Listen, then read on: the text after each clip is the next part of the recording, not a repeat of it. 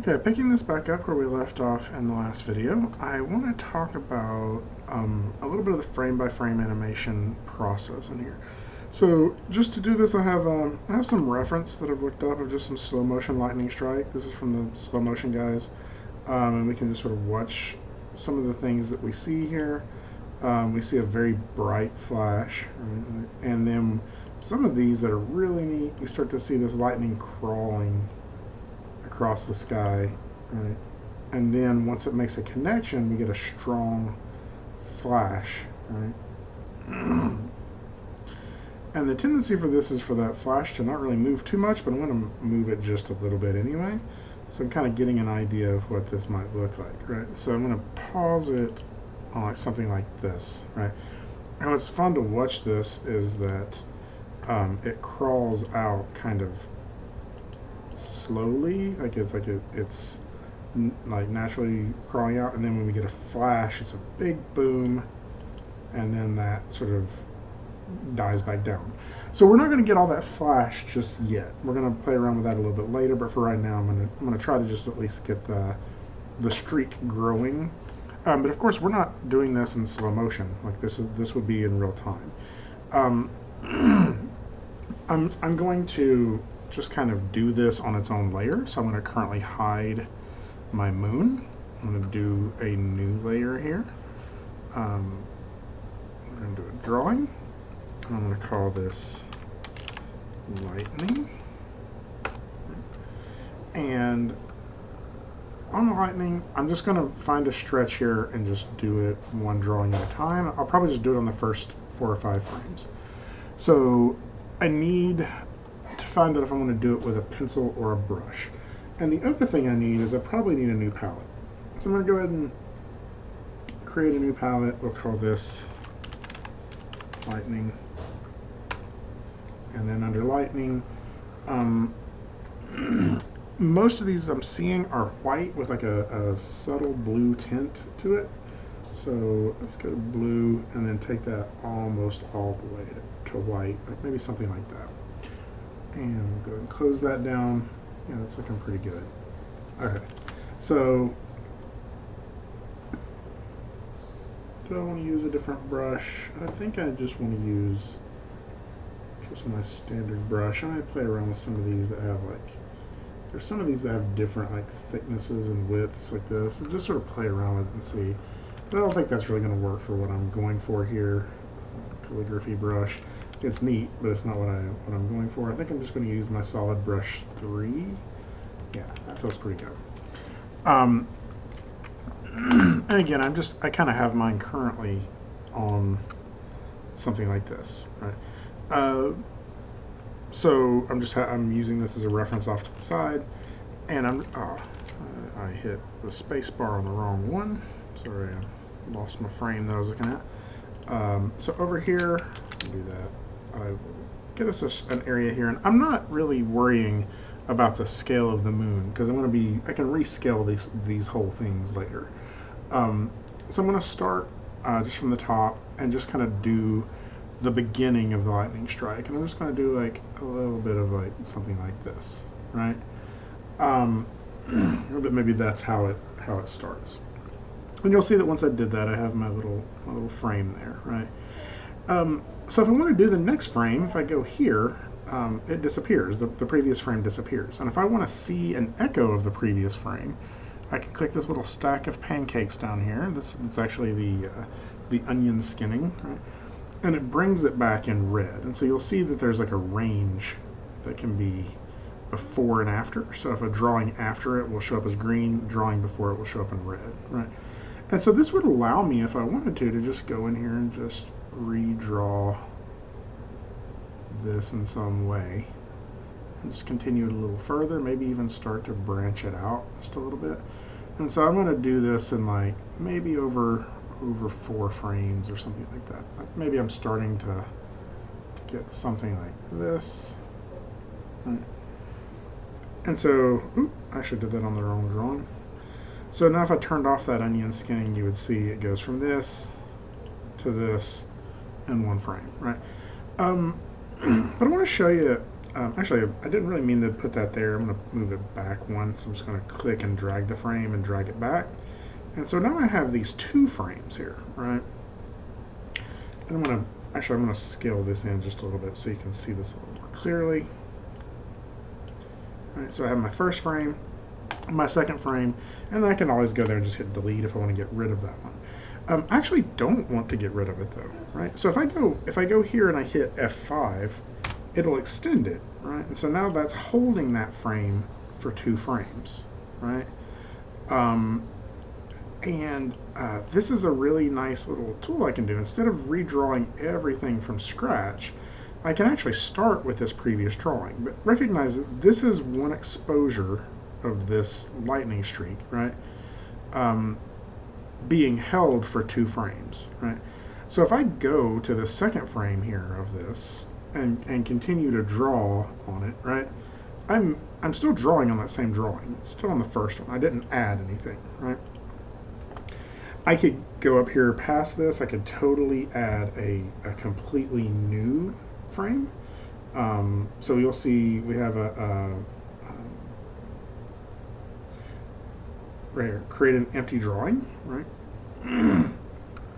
And so I could just click that if I wanted to create a completely empty drawing and start again, right?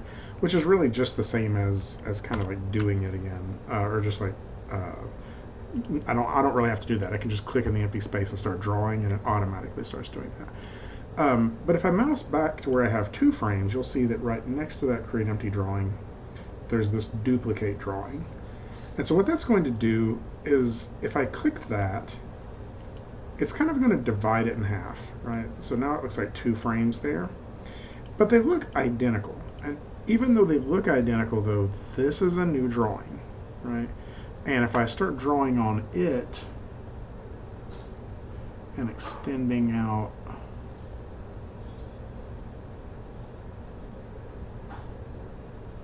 my drawing on this, it's not happening on the previous one, right?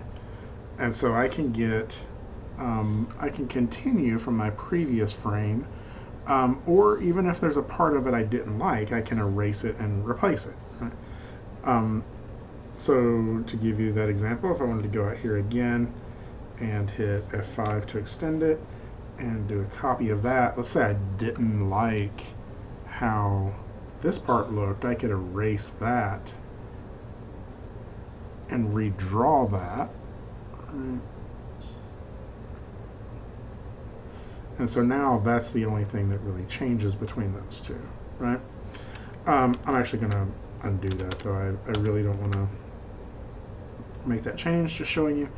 I want to continue this out here. So since we're almost to the ground, just sort of basing this off of what I'm seeing from the lightning strikes, the next thing that happens is a completely new strike, usually. Like you'd see like this shape that crawls to the ground, right? But then as soon as it hits, we get a solid bolt. Because really what's happening is all of these little tendrils are looking for a connection, right? They're all looking and growing towards some connection. And as soon as they make one, it just builds a solid bolt to where it's passing that electricity to the ground. So I'll go ahead and turn my onion skinning back on just so I can see roughly where it was at. I'm actually going to bump up the size of this just a little bit to make it thicker and make a little bit more of a solid line that kind of follows roughly how this went all the way to the ground. Right. And I'm just going to extend that out to like F5. And so now if I turn off my onion skinning and hit play, I can get too far. I get that playback. I'm actually not super happy with that one. Let me let's try erasing that. I'm gonna try a different strike. I want it to look a little bit more like the previous strike. Can I get rid of some of the drawing? There we go. Let's just try it again.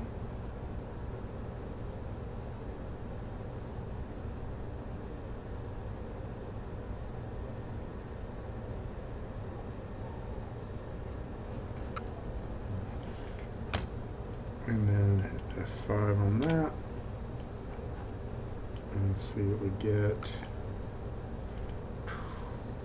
There we go.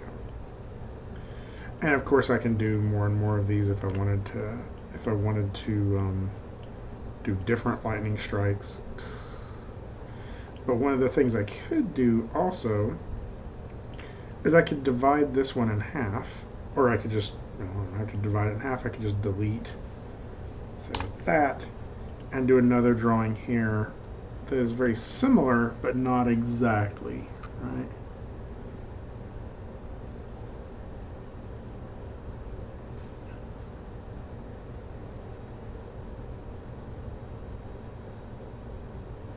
Getting some noise where I didn't have it before, and some lack of it where I do now.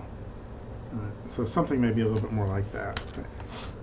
And what this will let me do is if we play that back, we're going to get strike down, and then it's going to like kind of have this like sizzle to it, right? Now here's the interesting thing. It just does it for like 2 frames, right? I can always drag this back to here and just, so we just have those 2 frames, like those 2 sizzle frames, right? But if I want that to make it feel like it's repeating or like doing more and more, you know, I could copy this frame. I could go over here and say, copy cell from the timeline, right? And then I could go here and say, paste cell in the timeline. And so now it kind of goes back and forth between the 2. And we get like a little like sizzle going on there. But there's another way of doing that, and I wanted to show you this. So let's go out here to this. So again, let me try to explain what we actually have here. This drawing layer is like a is like a platform to hold a series of exposures, right? So it's a layer, but think of it like a layer in terms of like the multi-frame camera that Disney utilized back in the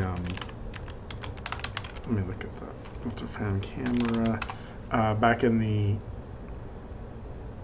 older days of Disney. They had sort of the multi-frame or multi-plane camera. I'm sorry, I keep going through the wrong thing. Yeah, multi-plane camera. And so the multi-plane camera looked like this, right?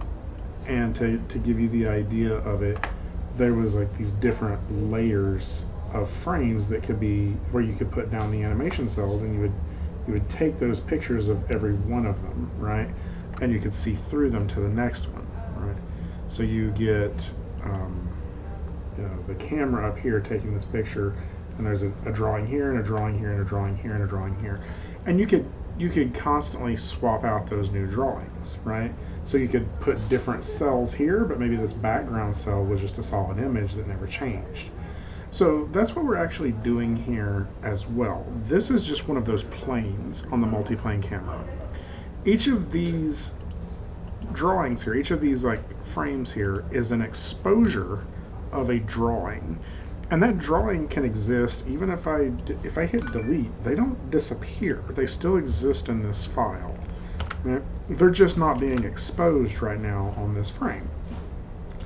And so if I go here to this empty frame, I can plug in one of these drawings. I can sort of snatch it out of my repository of different drawings here. So if I go to library and pull down here where you can see this drawing substitution option here, right now there's nothing there, so we're all the way at the beginning. But if I start clicking and dragging through here, you'll see drawing 1 was that first little snippet I did, and then drawing 2 is where it got longer and longer, and drawing 3 was that, drawing 4 was that, right? And it's a little bit different. And so I could go through if I wanted to and very quickly just add like drawing 3, drawing 4. And so what I get now is, and then it goes away, right? And of course I'm just doing it with 2 drawings, but maybe I would want to do that with 3 instead. In fact, I think that's probably a pretty good idea. Let's just go ahead and delete those. We'll do one more drawing that is very similar.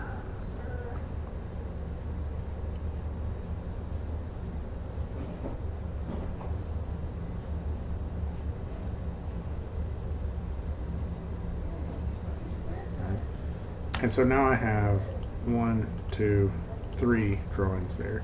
And so I can then go through and just sort of cycle through those.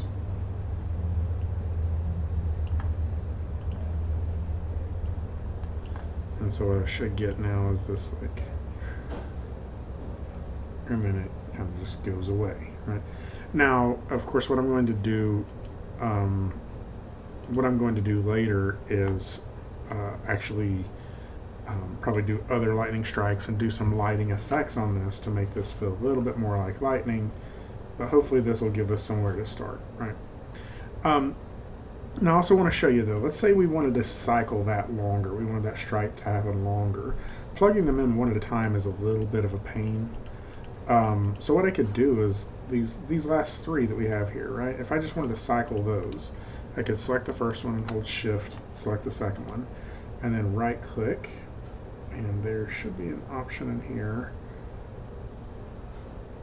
Wait, maybe, yeah, here we go. So I'll copy cells from the timeline, and then from here I can right click and do paste cycle.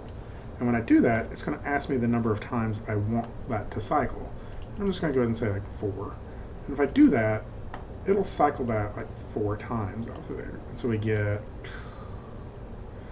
so that's a little longer than really I would want that to cycle, but you get the idea of how we can make those series of frames repeat now.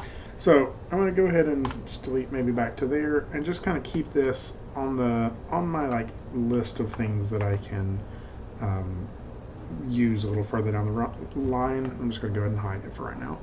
And we'll pick the rest of this up in the next video.